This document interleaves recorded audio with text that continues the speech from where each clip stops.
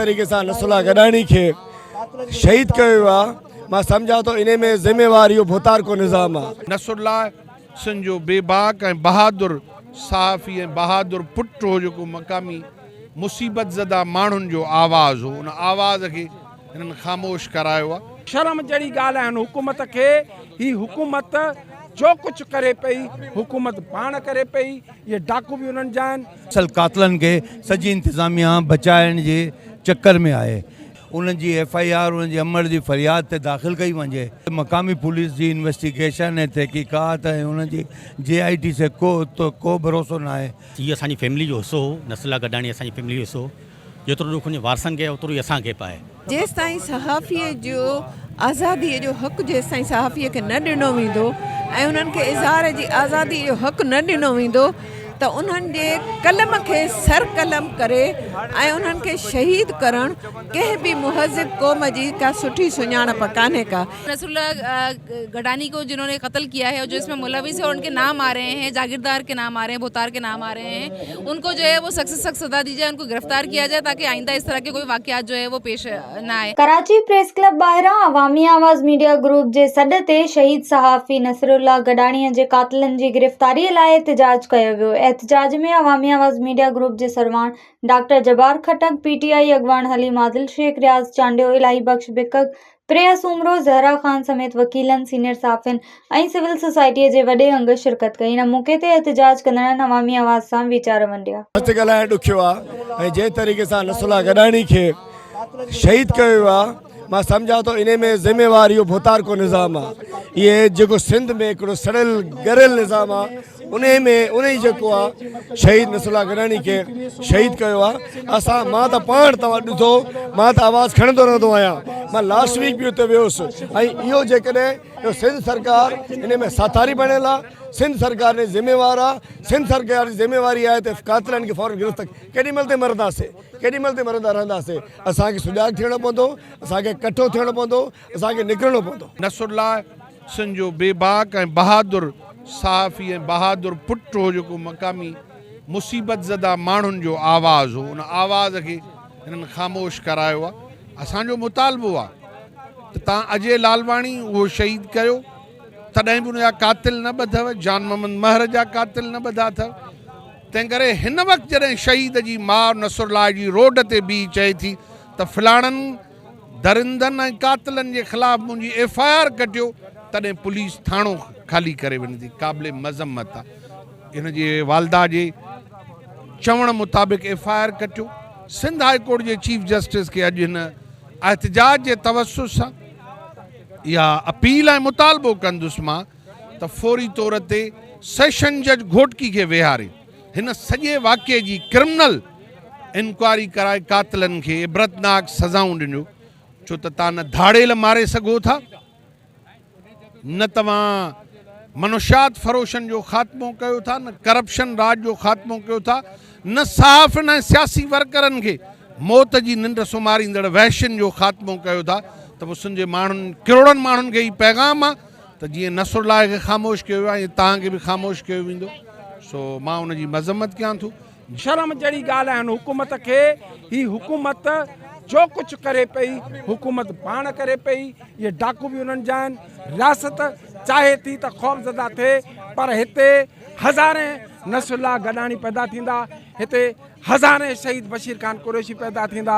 अवामी आवाज़ जे डॉक्टर जबार खटक खे मां जस ॾींदुसि जंहिं हुन नसरुल्लाह गडानी जी मालिकी कई आहे। मां सभिनी दोस्तनि खे मीडिया ग्रुप पाण चाहियां थो त डॉक्टर जबार खटक वांगुरु पंहिंजनि जी मालिकी कयो, पंहिंजनि जी वारसी कयो, उहा तमामु बहितर थींदी। असल कातिलनि खे सॼी इंतिज़ामिया बचाइण जे चक्कर में आहे ऐं इन्हनि जे करे जहिड़ो आहे त हीउ सॼो थी वियो। असांखे उते मक़ामी पुलिस जी इन्वेस्टिगेशन ऐं तहक़ीक़ात ऐं उन जी JIT से को भरोसो न आहे।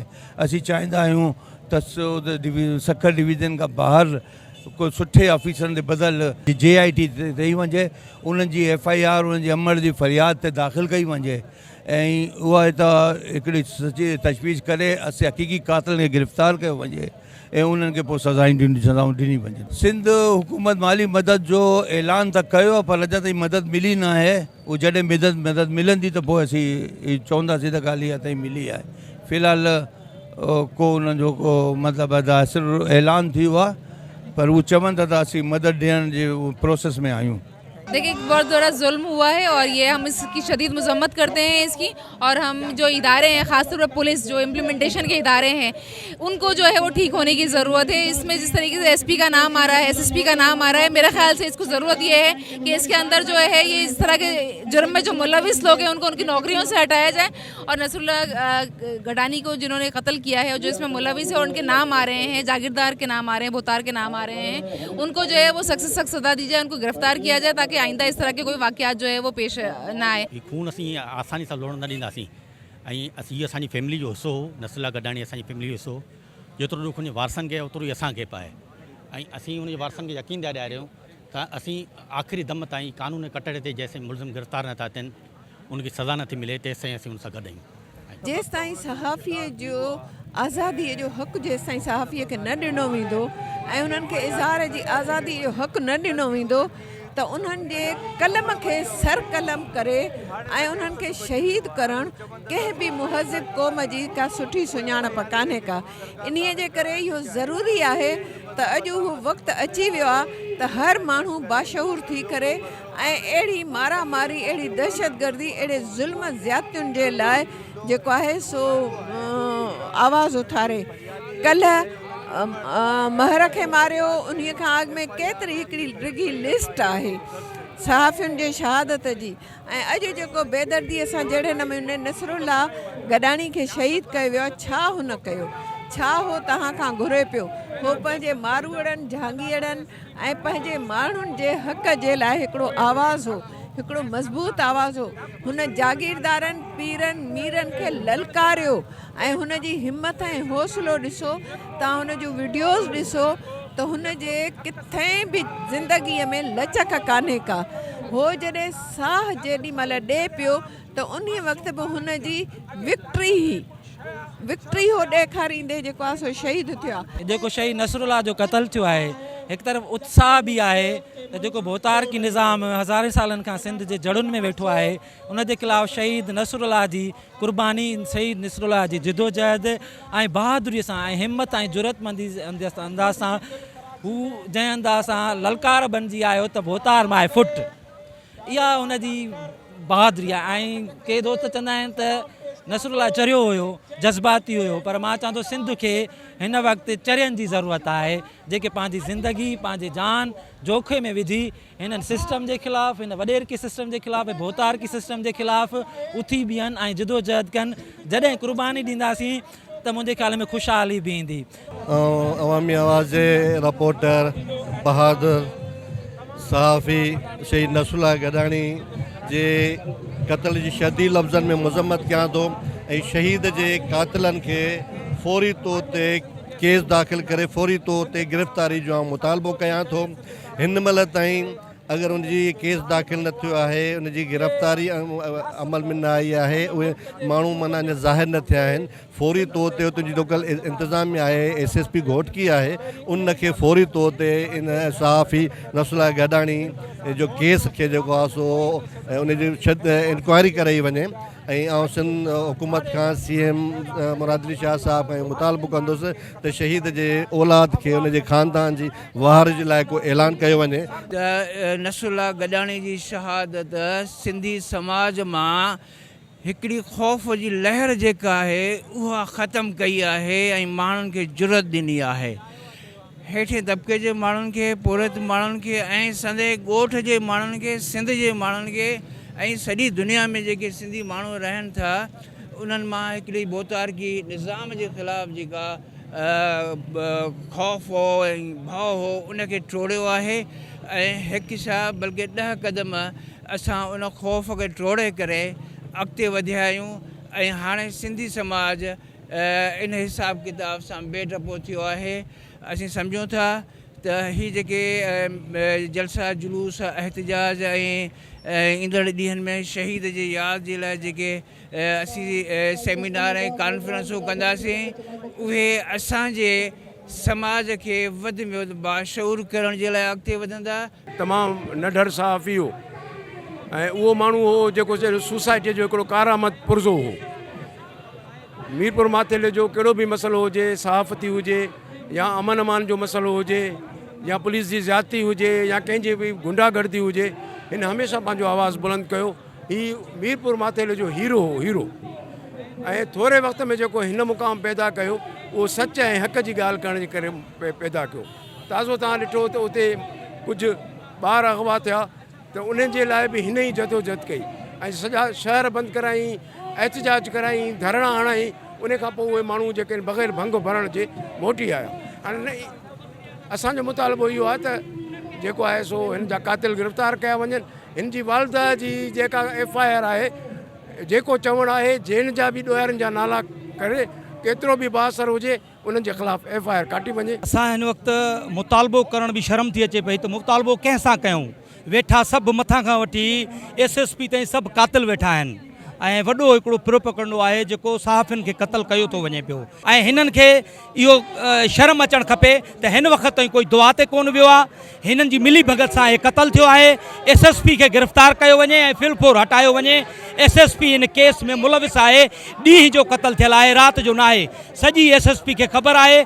SSP हर वक़्तु जेके प्रोपगंडा हलाए पियो उहे भोतारनि जे चवण ते हलाए पियो। इन SSP खे गिरफ़्तार कयो वञे। जेका शहादत ॾिनी आहे नसरुल्लाह आहे पंहिंजो गॾाणी साहिबु, उहो इहो उन लाइ शहादत ॾिनी अथई त पंहिंजे मामलनि खे उन सिधो कयो आहे ऐं उन्हनि गिरकाऊ माण्हुनि खे, उन गासिब टोलनि खे वाक़ो कयो अथई जिन जे ॾाढ ॾहकाव उन गिरकाइण जे गिरकाऊ अफ़ालनि जे करे हिन धरती जा माण्हू रोज़ाना रोज़ तड़पी ऐं मरी रहिया आहिनि।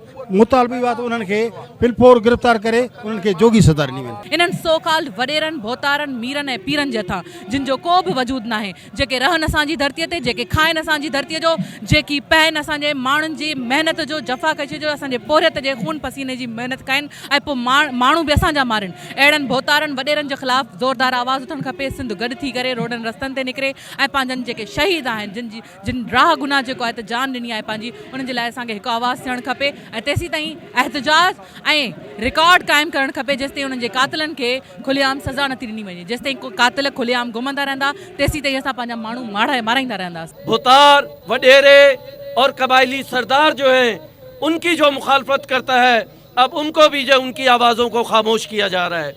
बदकिस्मती की बात यह है कि सिंध में पीपल्स पार्टी की 15 साल से हुकूमत है, लेकिन यहाँ से जिस तरीके से वर्कर्स को, आम लोगों को और ख़ुद सहाफ़ियों को जो अगवा किया जा रहा है, इसके ये बराह रास्त जिम्मेदार है ये पार्टी। इस पार्टी ये जो जिस शख्स पे ये इल्ज़ाम है, जिस भोतार पे ये इल्ज़ाम है, उसकी पुष्ट पनाही जो है पीपल्स पार्टी की गवर्नमेंट कर रही है। ये हम बात इसलिए कर रहे हैं कि अभी तक उसके कातिल जो है गिरफ्तार नहीं हुए। मैं बिलावल भुट्टो साहब से ये कहना चाहता हूँ कि वो जो जमहूरियत की बात करते हैं, समाजी इंसाफ की बात करते हैं, उसकी नाक के नीचे जो है एक नौजवान सहाफ़ी को इसलिए कत्ल कर दिया गया है कि वो हक और इंसाफ की बात कर रहा था और अपने इलाके के जो सबसे ताकतवर मुजरिम पेशा लोग हैं उनके खिलाफ आवाज़ पत करके है। आज का जो ये इज्तिमा है ये बुनियादी तौर पे भुतारों, सरदारों, कबायली सरदारों और वडेरों के खिलाफ ही FIR नहीं है, ये पीपल्स पार्टी के खिलाफ भी FIR है। पीपल्स पार्टी को अपना फ़र्ज़ अदा करना चाहिए और अपने इनकी रैंक एंड फाइल में से ऐसे बदमाशों, चोर, उचक्कों और कातिलों को निकालना चाहिए। एहतजाज में शरीक अगवाणनि जो चवण हो त पुलिस भोतारनि जी सरपरस्ती करे रही आहे। रियासत ऐं सरकार नाले मुल्क में का शइ नाहे। सिंध जे शऊर जे क़त्ल जी मज़म्मत कयूं था। चीफ जस्टिस सिंध नसरुल्लाह गडाणीअ जे क़त्ल जो नोटिस वठे मुलविस कातिलनि खे गिरफ़्तार करे सख़्त सज़ा ॾिनी वञे।